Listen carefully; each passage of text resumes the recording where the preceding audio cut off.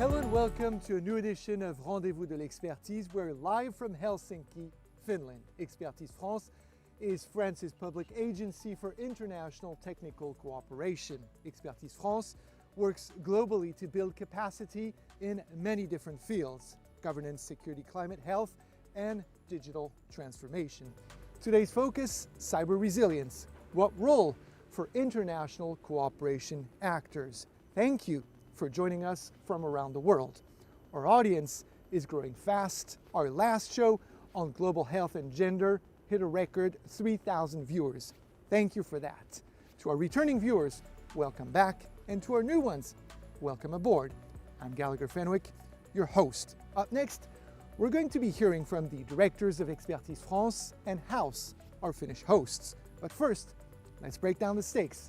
Why does cyber resilience matter now more than ever?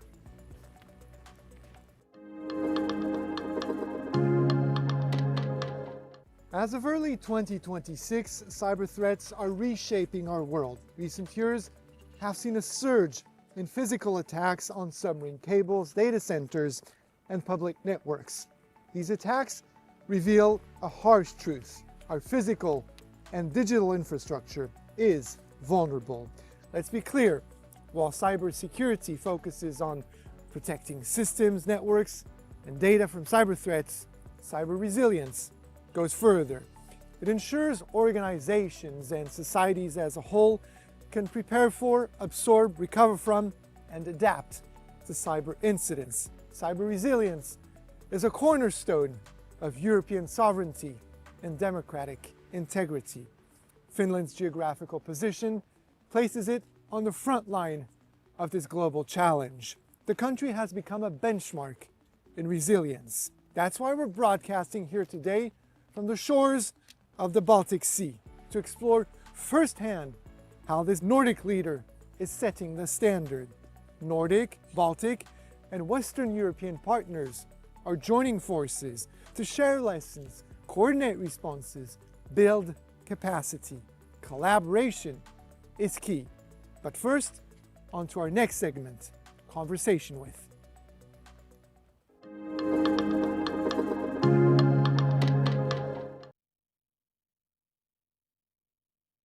Hello, or hey as we say in Finnish. Hey. How are you? Fine. You're the managing director at HAUS. Thank you so much for hosting us at your headquarters here in Helsinki, Finland. I've got plenty of questions for you, but first of all, let me also greet Jérémy Pellet, the CEO of Expertise France, who's joining us live from his own headquarters in Paris, France. Jérémy Pellet, how are you? Good, and you? Good. Thank you so much for asking. Can I begin with you, Kyösti Vaikavainen?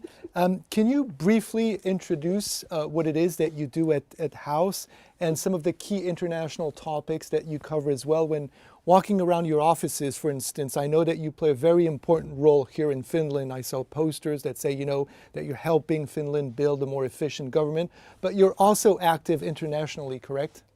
Yeah, and thank you. And HAUS, we are the Finnish Institute of the Public Management, and we have been doing this job like over 50 years. And like you said, our role is to strengthen the good governance here in Finland. So we cooperate with the ministries and the state agencies, and nowadays more and more our activities are related to the international projects, and currently it's like over 60% of our budget goes to the international cooperation between the different governmental sector.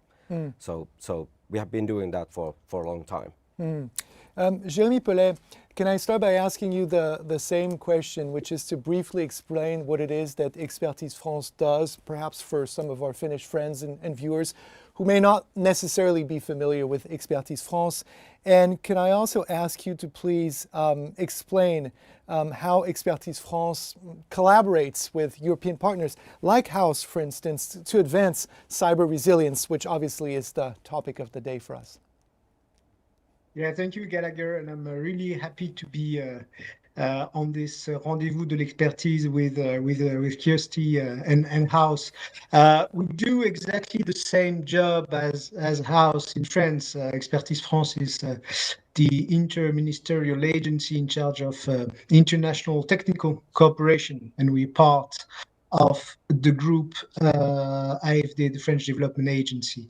And our job is to help achieving the UN agenda on the Sustainable Development Goals. And for that, our day-to-day job is to reinforce public policies around the world. And within this very large scope of countries, we are active in more than 100 of countries around the world.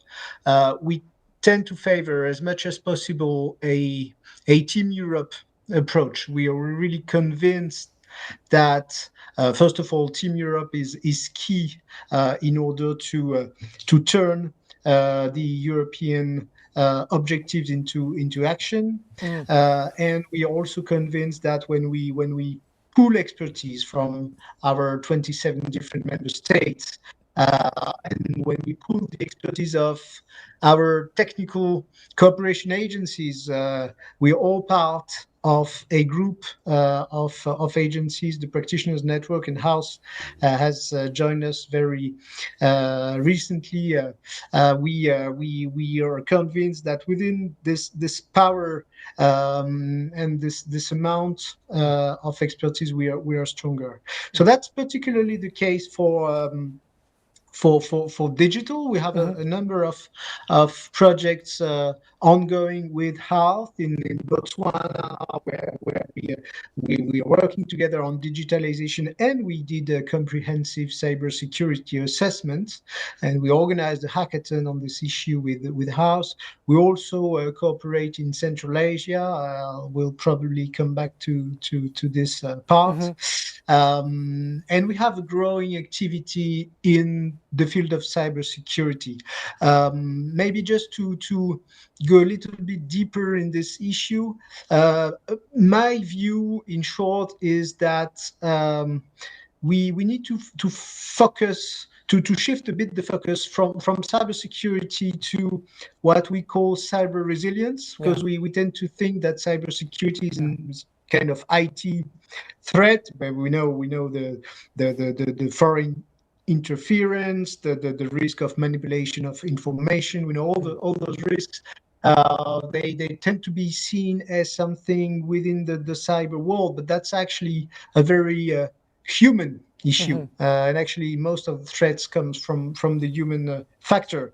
So we need capacity building, we need simulation exercises, we need country preparedness, just as for climate change, as for any other global threat. So that's why we need to really think on this concept of cyber resilience.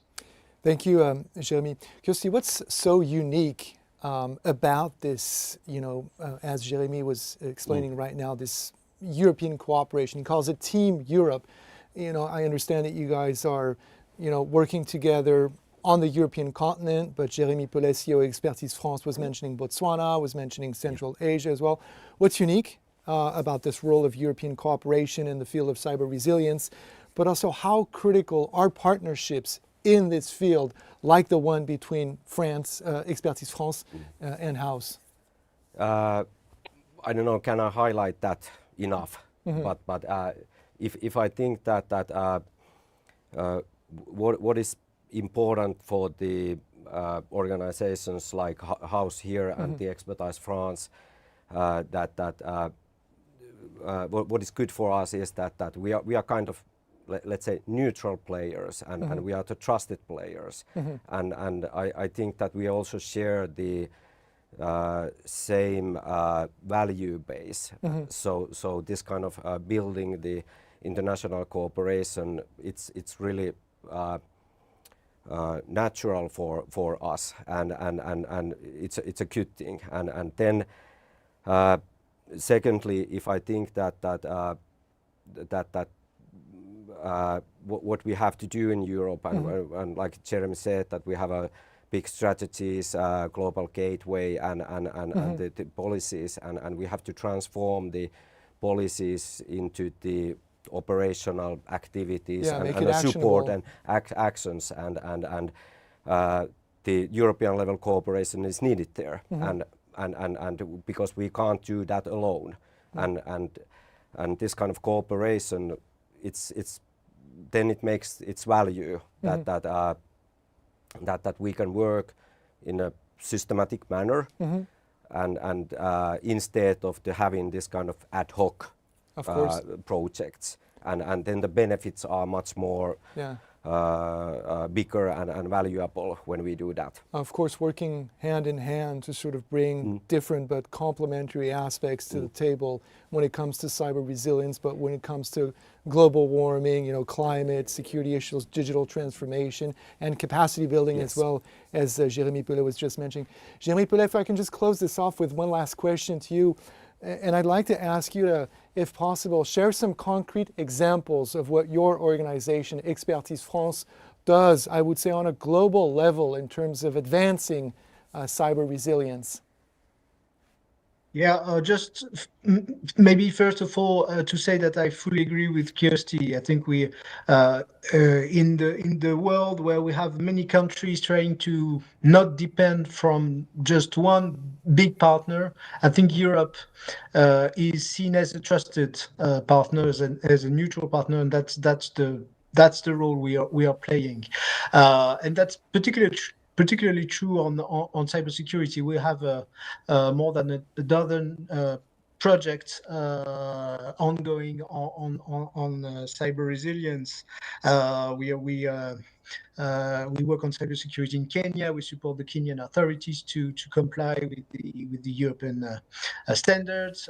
We work together with HAUS and with our Baltic friends in Central Asia, where Europe is securing satellite connectivity for the 5 Central Asian countries. And around this program, around this infrastructure program, we have a consortium of actors promoting the development of concrete use cases, increasing cyber resilience of these nations. And we really see the added value of having the experience of HAUS on having strong institutions and their experience in the Finnish model of public administration.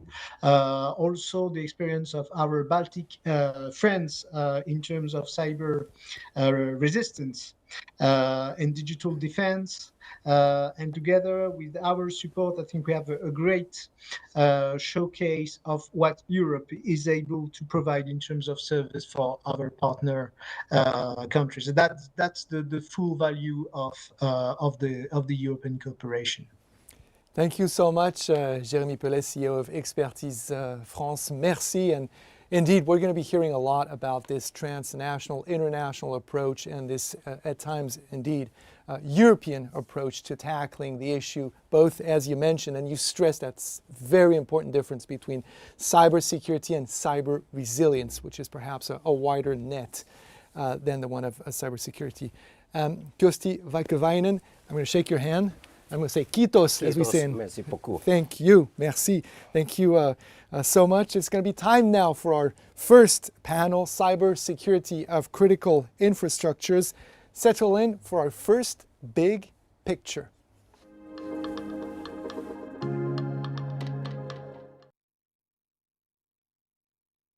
While I greet my next guests who will nicely tuck themselves into this really comfortable couch. Please have a seat, gentlemen. Thank you so much. Again, feel free to share your questions, your remarks. Some of them will be indeed addressed to our guests, perhaps to you, Maxime Lebrun. Bonjour. Hello. Bonjour. How are you? Very good, thank you. You're with the European Center of Excellence for Countering Hybrid Threats. The acronym is Hybrid COE. It's based here in Helsinki, Finland. And you lead, I believe, a CORE training program. Yet another acronym. CORE stands for Comprehensive Resilience Ecosystem. Merci, kiitos, Maxime, for being with us today. Jean-Marie Chenou, as for you, you're joining us live from Bogota, sunny Colombia, where you work as a governance and cybersecurity expert at Expertise France. You lead political dialogues. You're going to tell us about it within the EU, Latin American Caribbean Digital Alliance. It's called EU LAC, I believe, Digital Alliance. Gracias, Jean-Marie, for joining us today. Thank you for the invitation. You're very welcome. Anssi Karkeinen, did I say that right? Yes, yes. Okay, I apologize if I butchered that. You're the Deputy Director General and Head of the National Cybersecurity Center at Traficom, Finland's Transport and Communications Agency. You notably, amongst many different things, oversee the implementation of the EU Cyber Resilience Act, CRA. Kiitos, Anssi.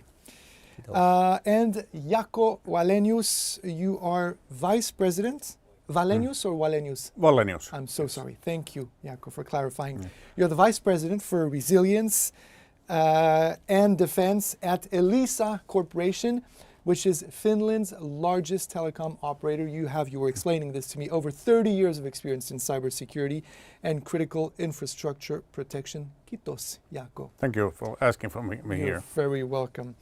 Can I start with you, Maxime Lebrun, with the European Center of Excellence for Countering Hybrid Threats? What are the main challenges European democracies face in countering strategies that are aimed, deployed in order to erode the public's trust in European institutions? Thank you, Gallagher. So it's a wide question, so it's a bit of a hard ask to answer. But I do have three main elements that kind of shape and drive the threat environment. The first axis, I would say that many states have become more and more brutal and less disinhibited in their use of violence and in the way they engage into strategic competition. So we do see that the rules of good behavior internationally unravel on a daily basis, and this is really something that we do have to take into account. For example, economic interdependence is being weaponized on a daily basis. Disinformation operations are being more and more violent, more and more brutal. They create more and more harm in society. When you use the word violence, you don't necessarily mean it in a physical way. You mean not economic violence, way. Digital violence? Exactly. Digital violence, for example, a lot of disinformation operations are based on hate speech and minority stereotypes as well. So this is a strong form of violence which is kind of undermining some of the core values and core elements of our societies. So the first point I wanted to make with that is that we need to consider that pretty much everything is now possible. Yeah. That since there are less and less rules and international law is being damaged by many powerful states, this is a reasonable planning assumption. Yeah, and that means that we're going to be talking about this. We're going to have to find new ways to adapt to that reality that you're describing, which is obviously a very daunting one to a certain extent. Absolutely. Jean-Marie Chenou, live with us from Bogota, Colombia. I wanted to ask you, about harmonizing cyber resilience strategies. Maxime was describing this new environment, which I think is not confined just to Europe. We're seeing that, all over the globe.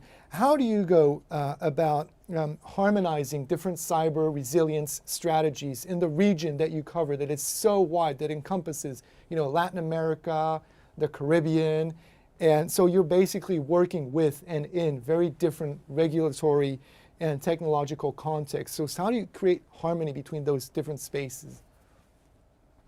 So first of all, there is a strong political commitment in the region, both in Latin America and the Caribbean, and of course in the European Union, towards more cooperation aiming at cyber resilience. So we are part of the EU-LAC Digital Alliance, the digital alliance between the European Union and Latin America and the Caribbean.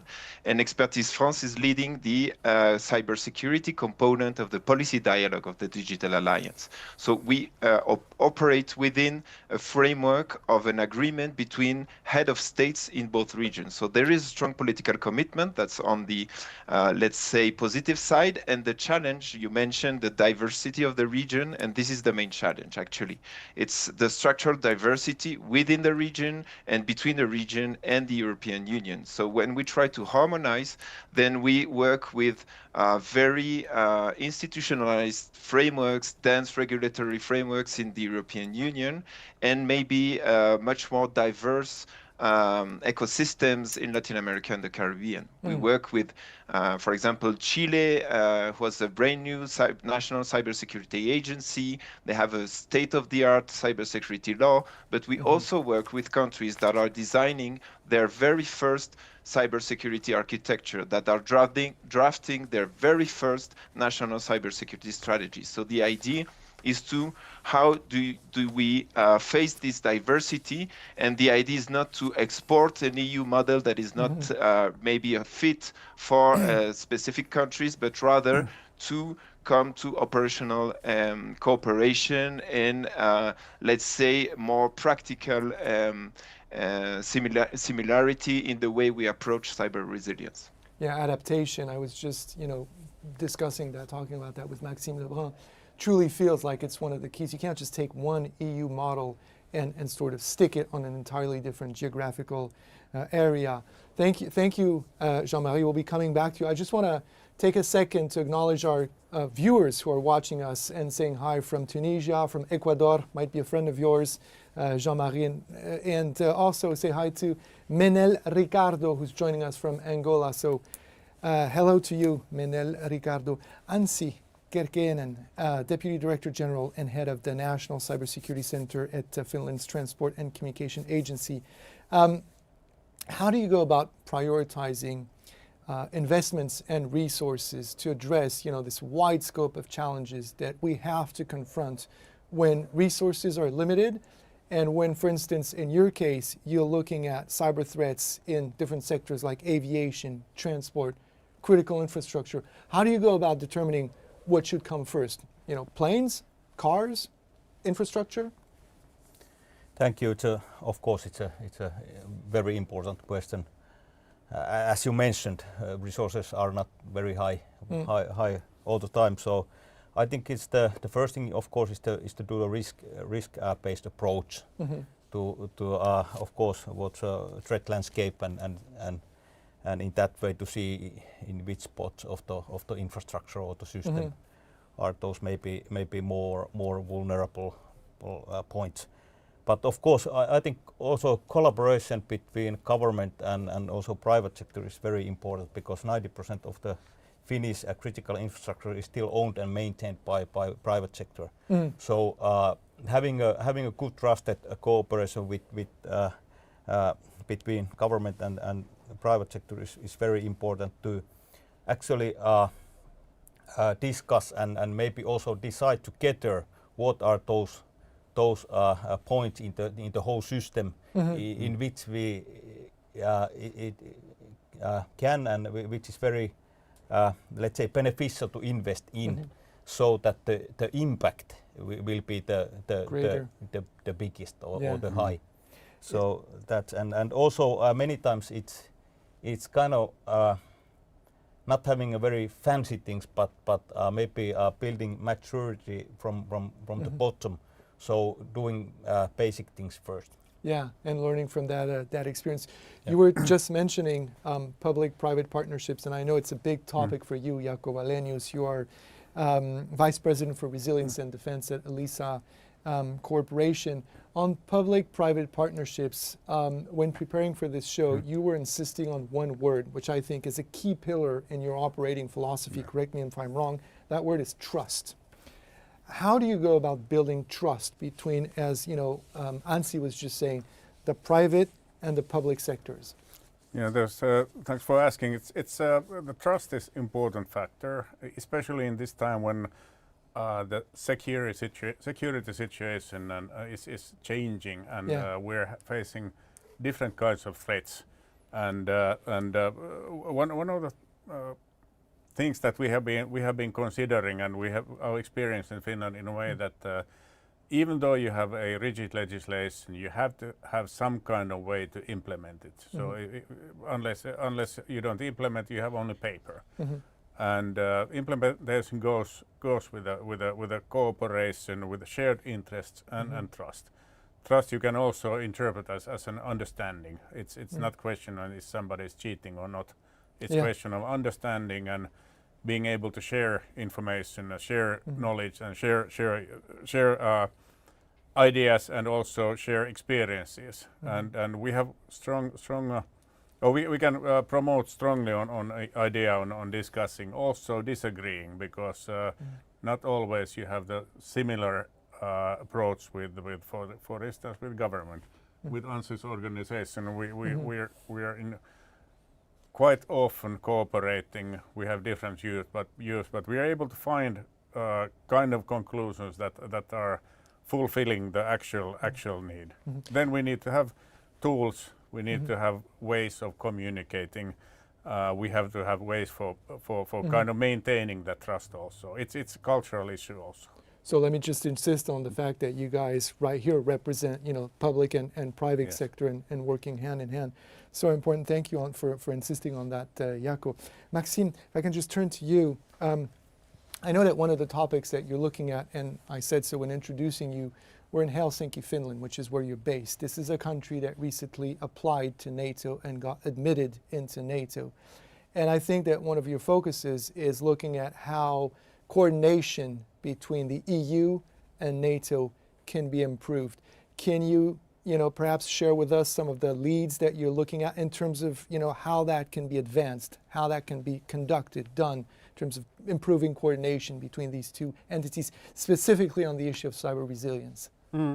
Exactly. Well, the main thing in countering hybrid threats and doing it more effectively, and by making the EU and NATO to cooperate more effectively, is to find ways to impose more costs on the hybrid threat attackers. For example, if we speak about sabotages in the physical realm, if we speak about cyber sabotages as well, and cyber attack, there is really a need to put a lot of resources on investigative capacities to understand who has actually done what. So that's attribution. That's attribution. That's more than that. That's about detection. That's having as much information and as much knowledge about the perpetrators of hybrid activity as possible. How does that make the cost go up? It makes the cost go up because, for example, if we speak about not necessarily within the cyber realm, but within the realm of oil tankers in the Baltic Sea, cutting pipelines or communication cables, if perhaps the crew or the captain of this ship would have the knowledge that their colleagues on a previous journey who have dragged their anchors a little bit too much, they have faced severe legal consequences. That's what we call deterrence. Deterrence by punishment, and that's very close to criminal deterrence in a way. So I think the key question here is to try and bring out all the resources that nations can, that the EU at the collective level and that NATO can at the collective level do to be better at investigating those practices. And I think that one of the challenges, and correct me if I'm wrong, is implementing that in order to make the cost go up. But the other imperative is to do so while remaining within a legal framework, which can be challenging because you are dealing with folks who are oftentimes operating outside of that legal framework. So how do you recommend handling that sort of asymmetry between the way we are meant to operate and the way they, are adversaries, competitors, enemies, if you would call them that, operate? So there's always going to be an asymmetry between us and our adversaries. I think one of the key questions, and that's really through the EU specifically, is a question of harmonization. For example, the NIS directive, the CER directives, all of those pieces of legislation that aim at making the EU's internal market more efficient, more resilient, more protected from foreign attacks, then that's the key to also exchange good practices and to see how can we speak in the same terms, having the same standard of security, and to make the EU more resilient collectively. Speaking of harmonization, let's switch continents and go back to Bogota, Colombia, to ask you, Jean-Marie Chenou, governance and cybersecurity expert at Expertise France.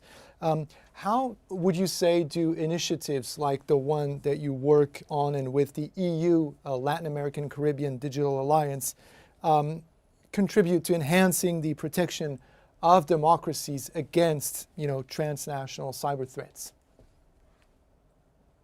So I think one of the main issue here is the protection of critical infrastructure. If a population can trust that they are getting access to essential services through digital means, then they're also more inclined towards the protection of their own democracy. So we don't work directly on disinformation. We don't work directly on maybe as an maybe a response to cyber threats directly, but rather on the frameworks, on the identification of what is the critical infrastructure, what are the essential services for the population of one specific country or within a sub-region. We did that, for example, in Central America.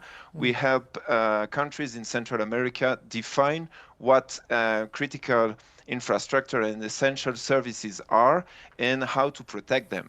And this is, I think, one of the main ways we can maybe establish a strong cooperation and trust at the bi-regional level to protect democracies and to maybe reinforce the idea that the EU-LAC Digital Alliance is not only a cooperation project, but rather kind of an alliance within the context of digital transformation to promote shared values, especially digital transformation that is centered on the person, on the users, on the individuals, and not only on businesses or state interest. And this is something that was already mentioned during the EU-LAC Digital Alliance declaration back in 2023, and we are trying to make it real by establishing the framework for cooperation and to maybe focus on critical infrastructure and essential services as the first thing that comes to mind when we want to protect our democracy. We need some access to essential services such as water, such as energy, but also information and finance so that we can trust that our government is protecting our population. Thank you so much, Jean-Marc Chenot. Absolutely fascinating. Back to Finland, Helsinki with you, Anssi. Let's talk about the implementation of the EU Cyberresilience Act, the CRA. What would you say, Anssi, are the key challenges in ensuring both compliance and fostering resilience amongst businesses and public entities? And just as a reminder, you're the Deputy Director General and the head of the National Cybersecurity Center at Traficom, which is Finland's transport and communication agency. Of course, as we all know, typically we're not talking about the small and medium-sized companies, SMEs. for example. SMEs, it's of course their resources are not that high than if you compare that to those big ones or huge ones. And of course that's always challenging when you are bringing new regulation and a new requirement. First question is that do we have any resources to implement those requirements? And that's of course I think that kind of universal challenge, not only here in Finland.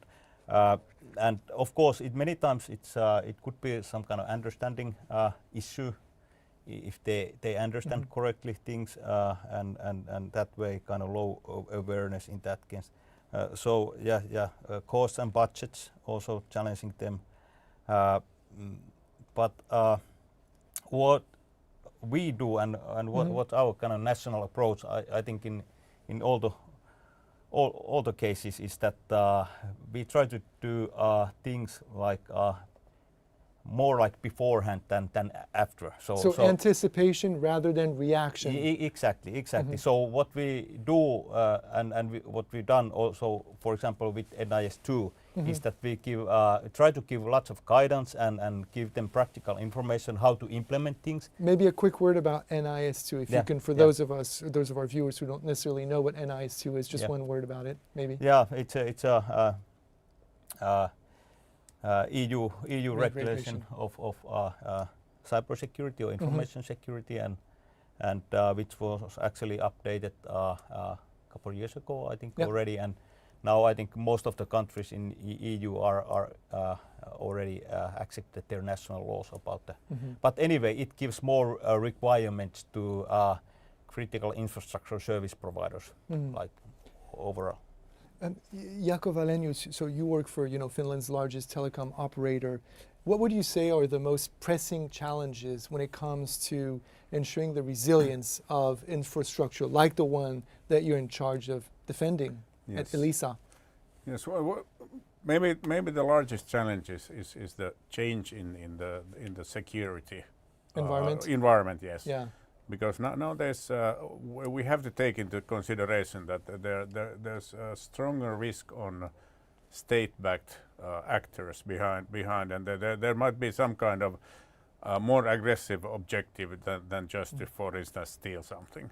So it's maybe the major change. In addition to that, naturally, development of technology it increases complexity, and also the supply chains are quite complex. So the complexity is another thing.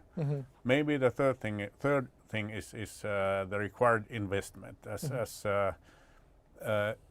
investment is something that you have to allocate based on your assessment on what's the best use for it, and there you have more needs than you necessarily have resources. Since you're talking about investments, just a quick question I wanted to ask you is perhaps one of the most important initial investments training, and training everyone, because at Elisa Corporation, which you're defending, I feel like you need to develop a culture of sort of digital awareness, which means training everyone from the person working the front desk all the way up to the CEO. Yeah. Training is really important.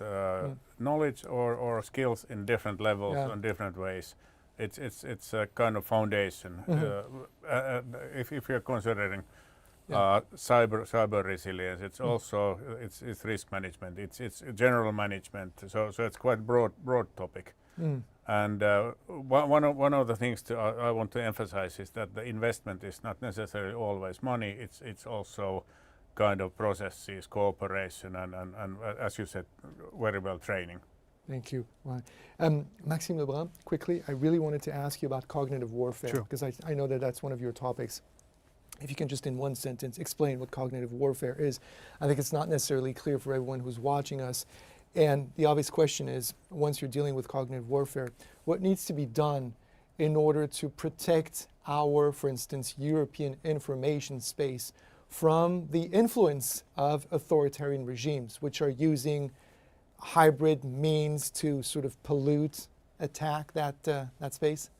Cognitive warfare is really about how an adversary might want to kind of reshape the way in which we process information. And that has cyber dimension, but that has mostly, and that's the most important one, I think, individual dimensions, how we individually process information, how we understand what we see.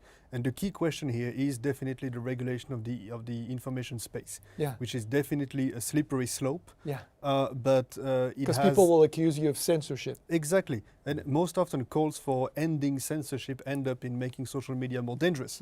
We see it with Grok, for example. So it becomes a more and more dangerous place for societal well-being and also for civic discourse, how we discuss with each other, how we build opinions, how our public opinion is shaped. And that, in a time of conflict, would be extremely critical. Anssi Kärkkäinen, maybe a last question with you.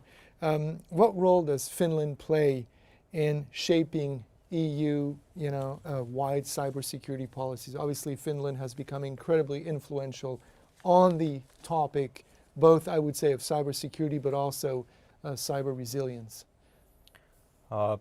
I think our approach is always quite pragmatic. So when we develop new regulation or things, we as I already mentioned, we do cooperate with lots with the private sector also. So what is kind of sensible and pragmatic legislation really, and always think that legislation from implementation point of view, what this really affects, and does it will it be like win-win situation between government and private sector, or is it one win or win for not the boat, but the one of the players. So that's very important. Being pragmatic.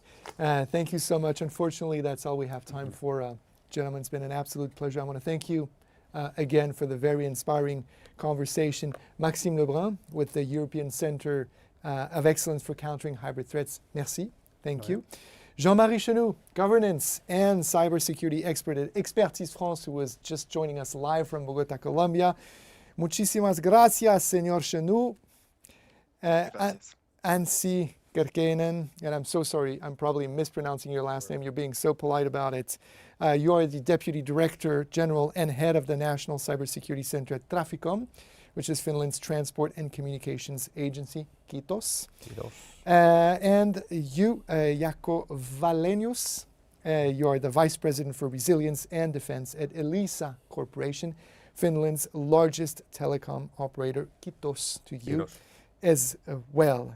All right, time now for our next segment, which is Fresh Look.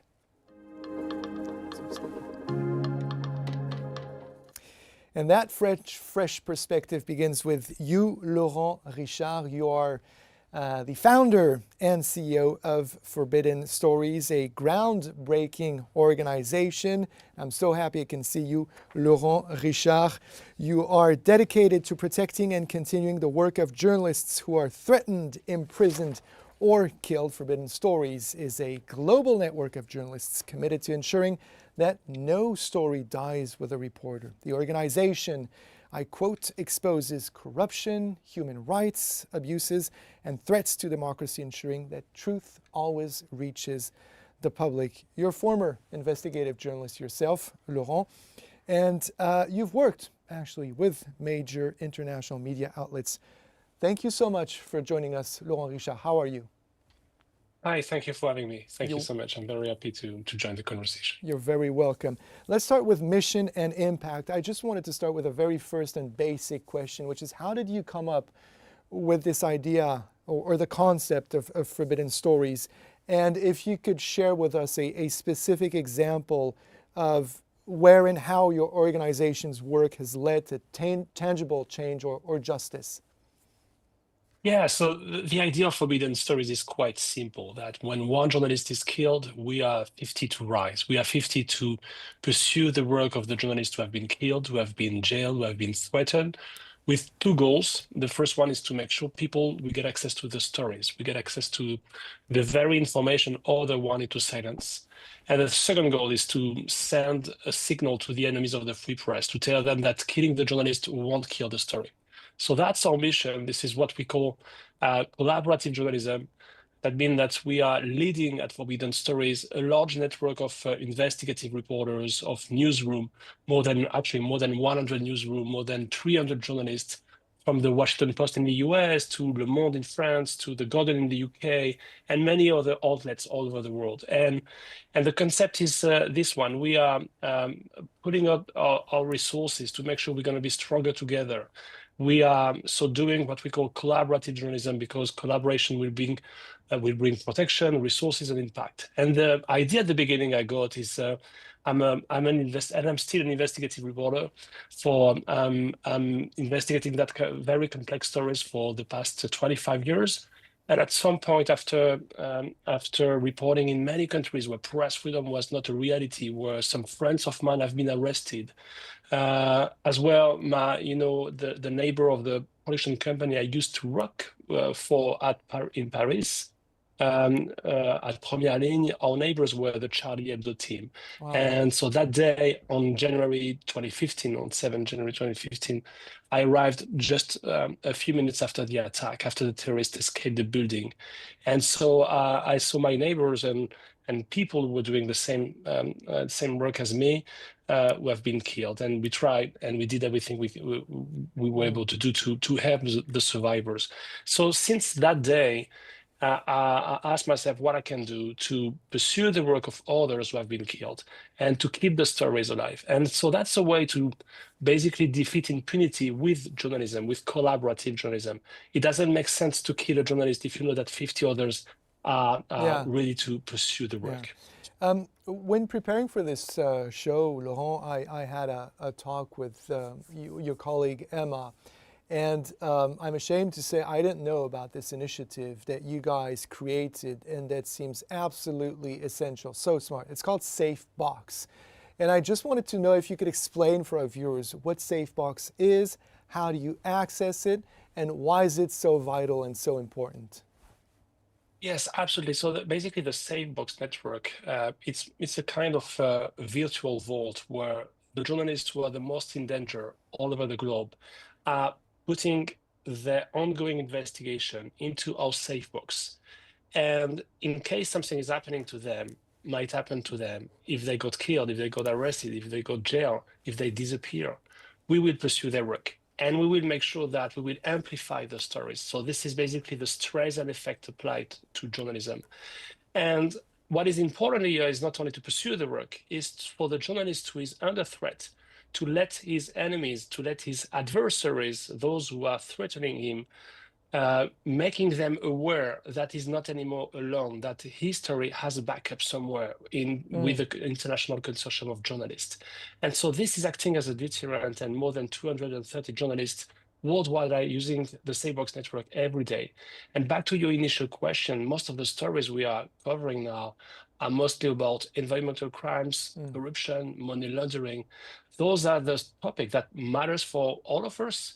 More journalists got killed because they tried to investigate the pollution caused by a mining corporation. They want to investigate the money laundering, as Daphne Caruana Galizia, a journalist, was killed in Malta in 2017, and we pursue her work. So this is the kind of very dangerous stories we're talking about. And to tackle that kind of global crime, we need a global group, we need a global answer. And we're seeing a very global story that actually earned you the Emmy for Best Investigative Documentary back in 2024. I don't know if we can go back to that footage while I'm talking, because I wanted to invite you to sort of comment on this documentary. I think it's called Pegasus or something like this. It's about some sort of Israeli spyware. I was just wondering if you could briefly describe what that documentary is and if we can see the footage while you're talking about it. Sure. So Pegasus, that's the name of a spyware sold by the NSO Group, an Israeli company who is selling that spyware to dozens of states all around the world. And this is the most offensive spyware we know so far. And at some point, we will receive a list of 50,000 phone numbers of people who have been potentially targeted with this spyware. Those people were journalists, those people were dissidents, lawyers. Some of them were head of state, including we find the phone number of Emmanuel Macron, of most of the French ministers who were part of the French government. We found the fiancé of Jamal Khashoggi, who was targeted at the time where her husband was killed inside the Saudi consulate. So we decided to team up with 85 journalists from 20 newsrooms all across the globe to investigate the misuse of that spyware, to reach out to the victims, to analyze their phones. We found a lot of traces of infection, and then we published that in every country. And so, of course, many that were having a lot of echo in terms of public attention. But so far, to be honest with you, the regulation we can see on that kind of misuse of the spyware is not working, is not really regulating what we are seeing every day, including the Cyberresilience committed against journalists. I wanted to ask you as well, we've been talking a lot about transnational cyber threats throughout the show. How difficult is it for you at Forbidden Stories to coordinate with journalists who are in different parts of the world working on different stories? How do you go about that, and how challenging is that? And how do you overcome those challenges? Yeah, of course it's very challenging, because journalists have been trained to become lone wolf reporters. And so what we are doing at Forbidden Stories is exactly the opposite. We are sharing our information. We work with our competitors, so we're going to be stronger. The thing is not it's not only challenging to work together. It's a necessity. It's a need. We don't have the choice. Journalists are the enemies of the people, according to Donald Trump and many others autocratic leaders in the world as well. So we became the target, and so because we became the target, and because of this of how the disinformation, the fake news is spreading all around us and our communities, we need to be extremely solid. And one way to become more solid is to work together. So that's not easy. That's not easy. It's about convincing newsroom to change the way to operate, but on some very complex investigation, when people got killed because they tried to reveal the message, we need to team up. We have just a few seconds left. I can't let you go without asking you, what are the future steps for Forbidden Stories in terms of the fight for press freedom and for the protection of journalists?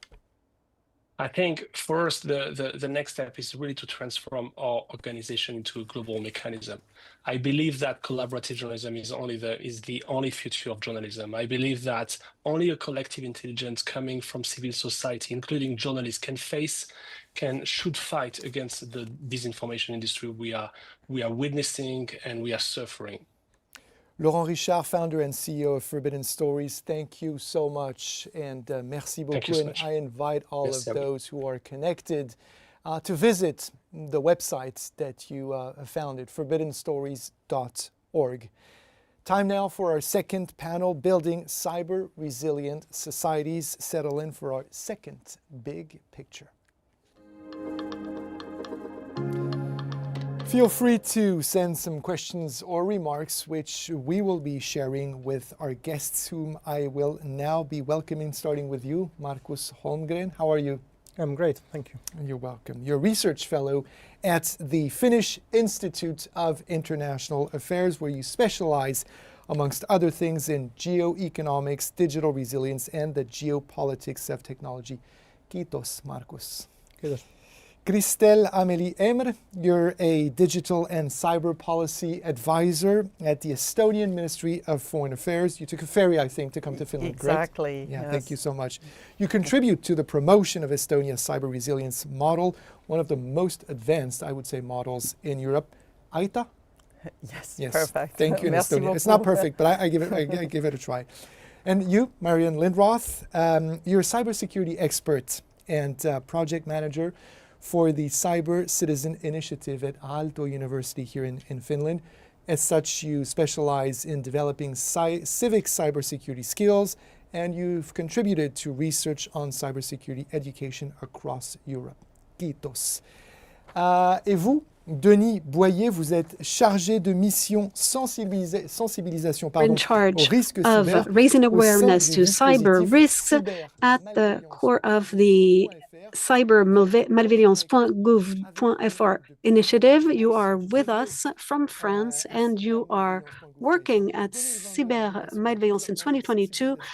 You raise awareness to audiences, threats. Thank you, Denis. I'd like to start with you. You were in charge of the broader audience, and you said that this spectrum, this population, wasn't covered in the past. And I think you are fulfilling a real public mission. Why is it so important for the general public, for cybermalveillance.gouv.fr, to take this in charge? Population. Alors, merci beaucoup pour cette question, well, thank you very Gallagher. much for this question, Gallagher. Il faut savoir que l'ANSI, donc l'Agence nationale de sécurité des systèmes d'information, c'est vraiment le régulateur, c'est vraiment le gendarme. Et nous avons été créés il y a 8 ans and we were created 8 years ago to taking care of this activity. For government, the ANSI, society issues, collectivity, and the public, there wasn't much. So we were created additionally.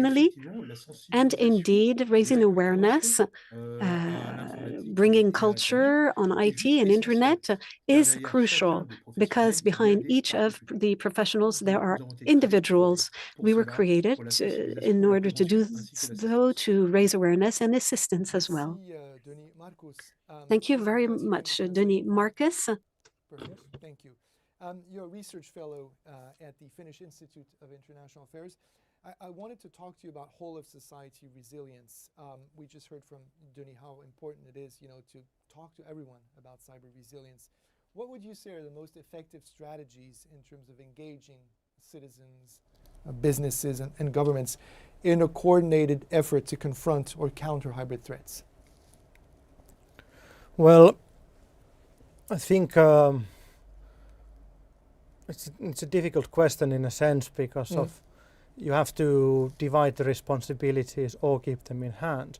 There is two ways of doing resilience. One of them is the whole of government and one of the whole of society resilience. The Finnish way is doing the whole of society approach, which means delegating power and responsibility to local level, to institutions as far away as possible, so that they will develop their own concepts of resiliency, concepts of crisis management, and then utilize those in times of crisis.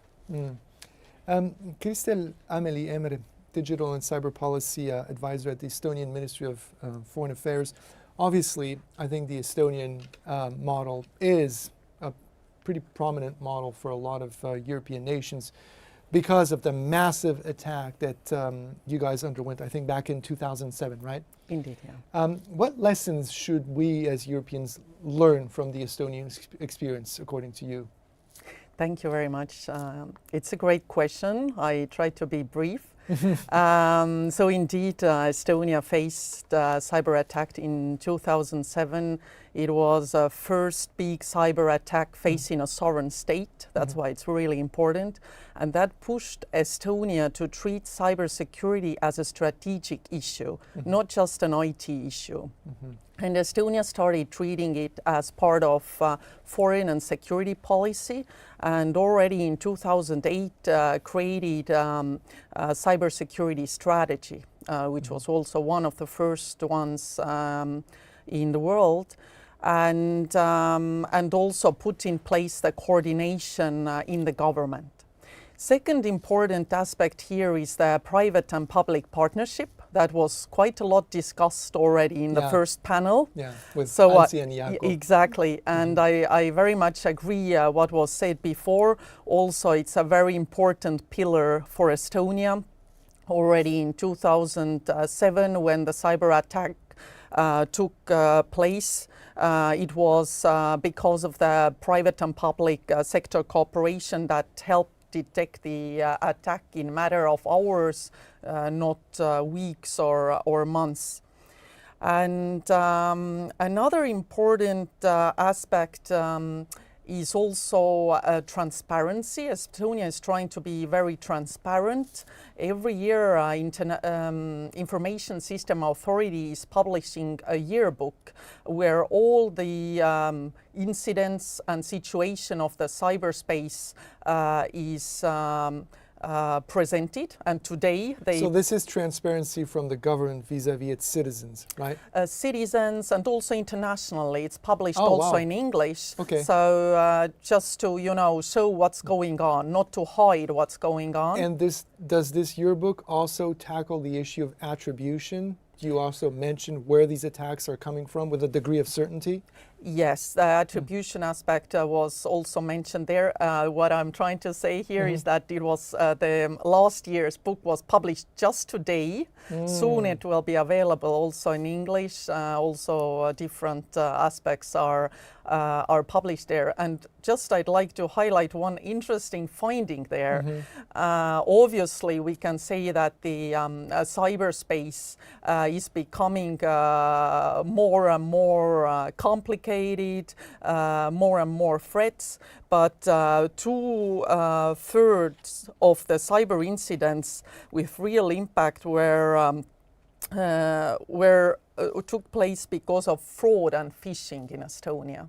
So that's a very big issue there, and therefore another key aspect to highlight here is awareness raising, education, and go on with that. We have been doing that for some time. I think we're going to talk about awareness throughout the entire show, and I wanted to widen our scope with you, Marian Lindroth, cybersecurity expert and project manager for the Cyber Citizen Initiative at Aalto University.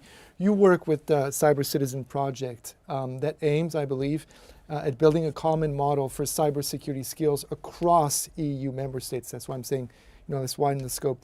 What are the biggest challenges, according to you, when it comes to ensuring that all citizens, regardless of their background, develop the necessary skills to navigate an increasingly complex, as Christelle was just describing, a digital threat landscape? Yes, this is quite a vast question, but I try to keep my answer short. So basically, maybe the biggest problem is that people might not have understanding why this is important. And that also links to motivation. So if you do not understand why something is important, you are not motivated to learn it. And also there's lack of time. So as people have so much going on in their lives, learning about cybersecurity, educating yourself about it is not a priority. So these are the issues we are facing when we try to help people learn these things. And also people have unequal starting points, different ages, professions, and also digital access. Is one of the ways that you make people understand how important it is to them and why they should treat it as such, that you explained that these attacks, such as phishing, can have very concrete consequences, at times financial consequences for them? Exactly. Exactly. So it's important to explain it so that it's not just like technical terms or something like that, but actually links to real life.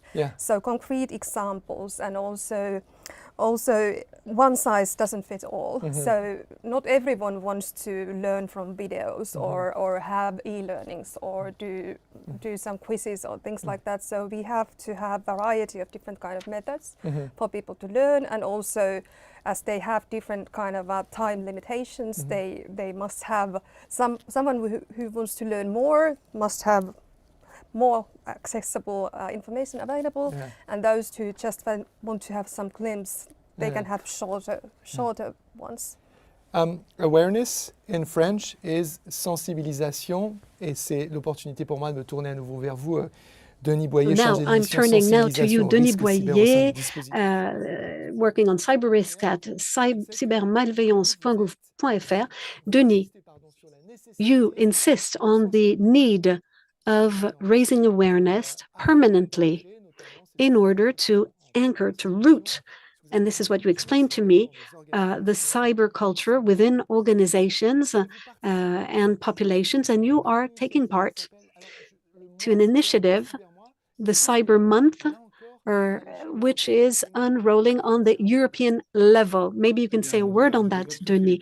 Absolutely. I fully agree with what Marianne just said. Raising awareness is crucial, and it must be coordinated in order to communicate massively. You need to have this European project, and the Cyber Month is working. It's the third year that we communicate extensively in October. Two key elements: Pink October and the Cyber Month. The Cyber Month is a time to speak to everyone, whether professionals, whether a private individual, a public agent, to raise awareness. And the aim, in order to have this dissemination, broad dissemination, you need to make everyone an ambassador. We made some visuals that were shared broadly, and we disseminated via the social media. And we're coming back to this awareness that Marianne mentioned. Basic things. We're going to talk about passwords that are long and complex, unique, safeguarding, and as individuals and professionals. People, so backups and all that. And so people have relayed the messages by sharing their experience, by sharing the different visuals. The aim is to really root things and make people become ambassadors and be convinced. Thank you. Marcus, now, Holmgren. I know you advocate, I think, correct me if I'm wrong, for tighter ties between EU and US digital services providers. How do you go about convincing people that that's a good idea given the current environment, and where people are thinking, we might have a hard time articulating in that relationship two different needs: security on one hand and sovereignty on the other? Well, given current times, it's more important than ever. We need to move beyond the customer-provider relationship into more equal partnership grounds. The Europeans should seek some key technological transfers and to learn to maintain our own systems. When it comes to sovereignty or digital sovereignty in these affairs, it is at its core on ensuredness, unquestionability of control of those systems of which our state functions critically rely on. And that has two components. It has the quality of control that the state and the agencies are able to do what they need to do, and the security that they are able to do that at all situations, even in crisis situations up to the most major crisis situation, meaning a war. And thus, when we develop these capabilities and relationships of those upkeepers of those systems, we need to ensure that these both aspects are getting better. Maybe they are not ever going to be fully successful. It's very hard to have a total sovereignty, but at least it would improve as we are going forward. Kristel Amelie Emre with the Estonian Ministry of Foreign Affairs. I know that you guys in Estonia advocate a pan-European approach, but how do you go about building trust between the different member states that don't necessarily want to cooperate on this issue or are wary of cooperation on a sensitive issue like cybersecurity or even cyber resilience to a certain extent? How do you build that trust amongst them? Perhaps here three ideas.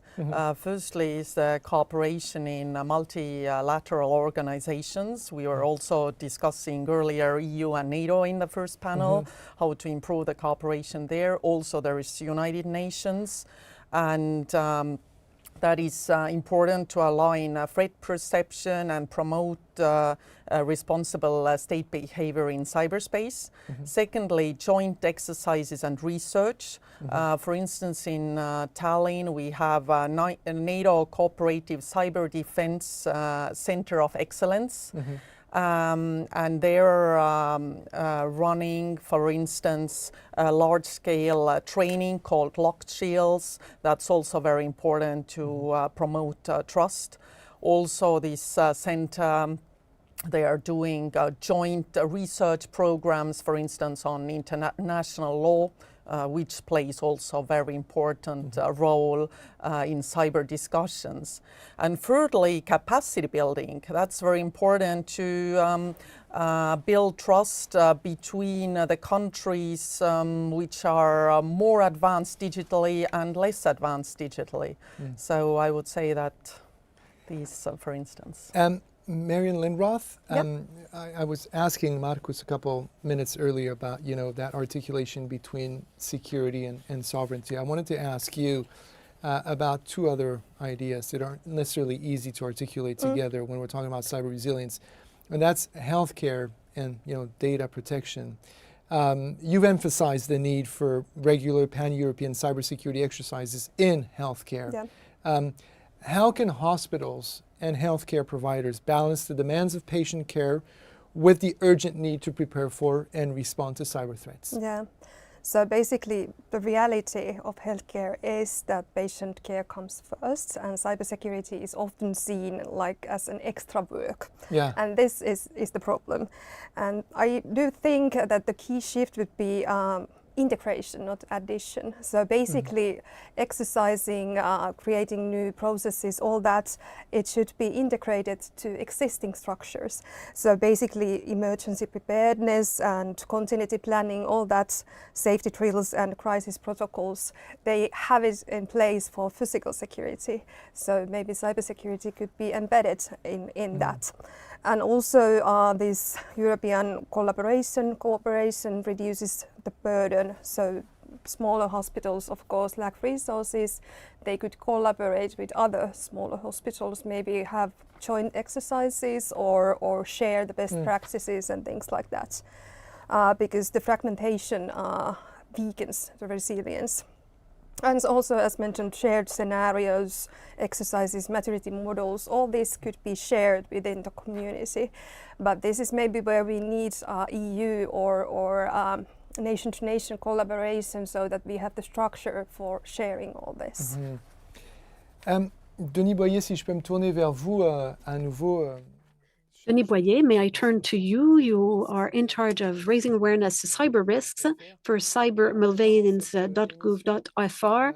By preparing this show, you mentioned questions that are the most frequent ones. I'd like you to share them with those watching today, but maybe you could share some issues that you've seen, or tricks or traps, pitfalls, maybe a few figures also on the solicitations that you receive. I think they're impressive figures. Yes, since we are a small organization with 20 people, we put everything online on our platform.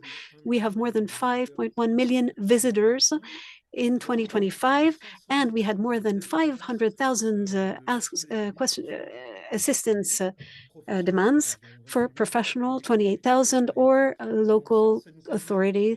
So this helps with this big numbers to talk about the different threats and to mention those that will impact people most. And one of them, Marianne mentioned it, phishing. Phishing is the first threat for all audiences. We talk about the ocean of cyber malveillance. You start by phishing, you enter your info, and then it becomes a ransomware. So this is really the state of threat that impacts most audiences. Then in the examples we see, if people collect your identification or password, it's an issue, but people don't see what it can involve. It has an impact on real life and on the economic level, because they can pirate your account, and we all keep our emails and private information, important information, and when it falls into the hands of a cyber attacker, it's dangerous. So we come back to the basics: protection of everything that is important when it comes to an account, social media accounts. We must activate dual authentication. This is not just trivial or usual for common users, for the elderly or for the very young. Thank you very much, Denis. I think you advocate for a unified auditing and standardization process at the European level. And you're favorable to the creation, I think, of a European agency in order to pool expertise, and you're calling on European member states to stop competing with each other. Kind of similar question to the one I was asking earlier. How do you go about, convincing folks that that's actually a good idea? Well, luckily, as a researcher, that's not my job. But I think here the easy solution is that I'm fairly confident that it would be cheaper for the member states, precisely because of that intra-EU competition. The technical auditing requires a lot of technical and legal expertise, and there is a limited pool of experts in Europe. And right now, the countries are creating unnecessary duplication and fighting for these experts. And if we pooled everything together, we could make the system more efficient and cheaper for the member states, and provide some added value for the applicants also. And perhaps most importantly, it would make the single markets more fair for inside entrants, because now a company that comes from outside the EU can shop between these auditing regimes, choosing which is the most likely to pass them, whereas a company coming from inside the EU has to choose their local auditing body, irrespective of how expert that is in their field or what is their general work schedule. And thus there is a risk that sometimes a company might find it favorable to relocate to another country like US and then apply to European markets as an outsider. And that's, I think, an issue that should be stopped. Christelle, Amélie, last question perhaps with you. How can countries, and just a reminder to the folks who are tuning in that you represent the Estonian Ministry of Foreign Affairs, how can countries balance innovation, data protection, and resilience in digital matters, especially when resources are limited? Yeah, that's a great question. It's a tough one. Yeah, I believe that the key here is to stop treating innovation, data protection, and resilience as separate goals. And in practice, they would only work if they are designed together from the beginning. Let's take, for instance, Estonian digital identity and digital signature. That's how these were designed, and that's something. Where we can save resources and it's easier to trust also over time. And second point is also to focus on reusable digital building blocks, as we did as well with the secure identity and trusted data exchange. And this again reduces costs and strengthens resilience and data protection. This topic is so topical and current that as we're speaking, we're just learning now that the Italian government has just confronted, was just confronted with and repelled a massive cyber attack, notably against their Ministry of Foreign Affairs and against I would say institutions that are in charge of organizing the upcoming Winter Games, which are going to be happening in Italy. So as we've just been, discussing throughout this show, this topic of, cybersecurity and cyber resilience is so topical and important. We're just about done, but I wanted to give you just one last opportunity, perhaps a last word from you, Marian Lindroth, given what we've just heard now, maybe a word of conclusion from you for this, panel. Perhaps in terms of, practical on-the-ground resilience, how do we translate regulation into, concrete actions with, keeping in mind, for instance, this Italian example, that this is not something abstract or virtual, it's happening as we're speaking. Yeah, as said, the main risk in regulation is that it remains abstract and it's hard to implement in real life situations. And also in many times focus is on compliance, not in resilience, which is not good. Resilience won't come from paperwork. It comes from coordination and reuse of good practices and also making resilience achievable for all. So maybe that would be my conclusion. Thank you so much. And that's a great conclusion. Marian Lindroth, you're a cybersecurity expert and project manager for the Cyber Citizen Initiative at Aalto University here in Finland. Kiitos, Marian. Christel Amélie Emre, I'm sorry, I'm probably butchering your first and last name. I do apologize for that. You are a digital and cyber policy advisor at the Estonian Ministry of Foreign Affairs. Haita? Yes, perfect. Thank you in Estonian. Markus Holmgren, research fellow at the Finnish Institute of International Affairs. Kiitos to you as well. Et enfin, Denis Boyer, chargé de mission sensibilisation au risque cyber au sein du dispositif in charge of raising awareness to cyber risks at the heart of cyber.malvaliance.gov.fr. Thank you very much for your sharing all of your ideas. Our discussion with our final segment, Outlook. I'm going to ask all three of you to make a graceful exit from the set while I greet my next guest, Sandra Cohen, who's about to step into the frame and have a seat. Sandra Cohen, thank you so much for joining us. If you could sit just right there in the central position. Thank you, Sandra Cohen. How are you?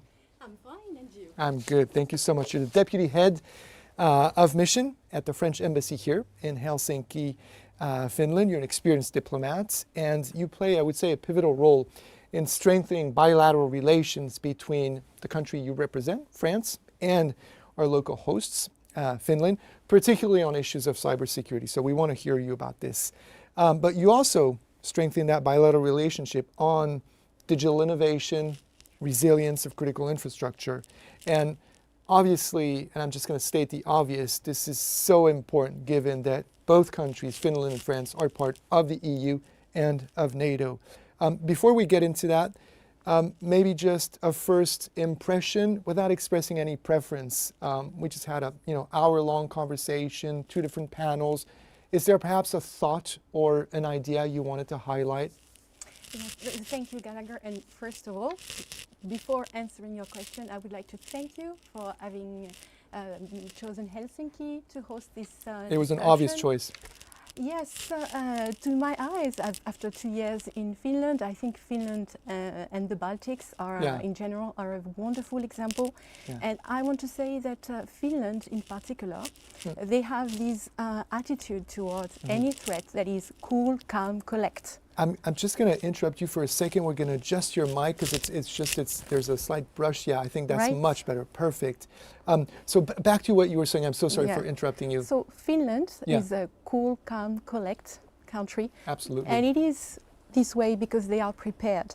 And that's the key takeaway that I will take from today's discussion. Yeah, be prepared. Be prepared. And be prepared involving the whole society. Yeah. And really, this is the most important.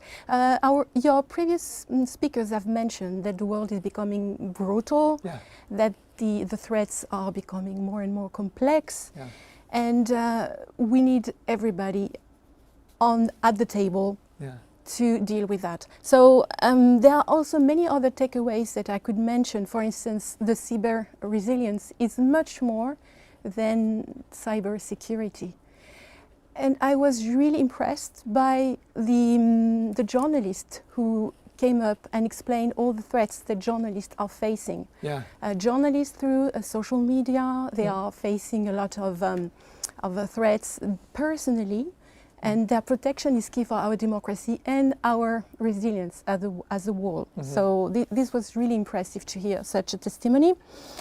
And also, I would say that all what we have learned today is an echo to our French national cyber strategy that was released very recently. The fact that you have to be resilient, the fact that you have to halt the expansion of threat, whether with deterrence. I think Maxime mentioned being deter. Yeah. Other speakers have talked about protecting infrastructure. These are very good actions. Yeah. So we have deterrence, awareness, resilience, and preparedness, as you mentioned. I just wanted to ask you, because I was explaining that you play a pivotal role in that relationship between France, the country you represent, and Finland. So obviously, you're in charge of, to a certain extent, organizing this synergy. But how does it translate into concrete actions? Are you engaging in joint exercises, or do you develop, common cyber norms, or do you do alert sharing? What kind of concrete actions do you guys do together? All of that and much more. Previously, you have invited Maxime from the Center of Excellence Against Hybrid Threat, and it's important to see that this is something that Finland brought to the table. It's a creation of Finland, and France was a founding member of this center. So this is a concrete example of all we can do together. Together, whether at the EU, which is our most preferred framework, or together at the NATO, we are doing a lot, exchanging practices, as previous speakers have mentioned, but also trying to foster new ideas, making our guys meet their guys, and this makes the difference. So you have seen probably that Finland last year was the chair of the OSCE, and within the OSCE, which is a big international organization, they have done a lot to make dialogue about cyber resilience much more valuable, and we have contributed to that. We are also working together in the Tallinn mechanism in support of Ukraine, so it's also a lot of information sharing, best practices. And the third point is that together we are participating to new initiatives. The importance of private and public cooperation was mentioned, and on this regard, Finland is a member of the Pall-Mall mechanism that France has launched with the UK and other countries. And this is a mechanism to incorporate private sector into the discussion. So how do we use the commercial tools and how do we prevent hacking while letting some good commercial use of this device, for instance? I'm going to ask you another question, but before I do so, I just wanted to acknowledge our viewers who are saying hello from Guinea, from the Central African Republic, and from Benin. So bonjour and warm regards to our friends out there on the African continent who are tuning in. I wanted to ask you, Finland is often held up as a model for cyber resilience. They have, e-government, they have this awesome, education system. You mentioned the public-private partnerships. How does the embassy that you represent and work for facilitate exchanges between French and Finnish stakeholders to inspire innovative solutions, perhaps in artificial intelligence or 6G technology, while ensuring their security and the security as a whole? So we have a lot of different actions in this regard. For instance, we keep ourselves informed of what is going on. And that involves a lot of networking, not only us trying to meet the important stakeholders, but getting our important stakeholders meeting Finnish people. So we organize a lot of visits, and we are hosting a lot of delegation, and we make sure that the people are in the same room, and we leave them speaking because obviously they are specialists and we are not specialists. So all these kind of things, and sometimes they do need private discussions. So we make sure that they have that space. They have that space without their phones or whatever, but we make sure that they talk to each other. So interesting. Sandra Cohen, you're the Deputy Head of Mission at the French Embassy here in Helsinki, Finland. Thank you so much. Kiitos, as your colleagues and friends here in Finland say. Merci beaucoup, merci. Sandra Cohen. And thank you all for joining us today. Once again, you are in great numbers, and we're truly grateful for that. We'll be back very soon for our next rendezvous de l'expertise. So see you soon. In the meantime, thank you, merci, and kiitos. Merci beaucoup.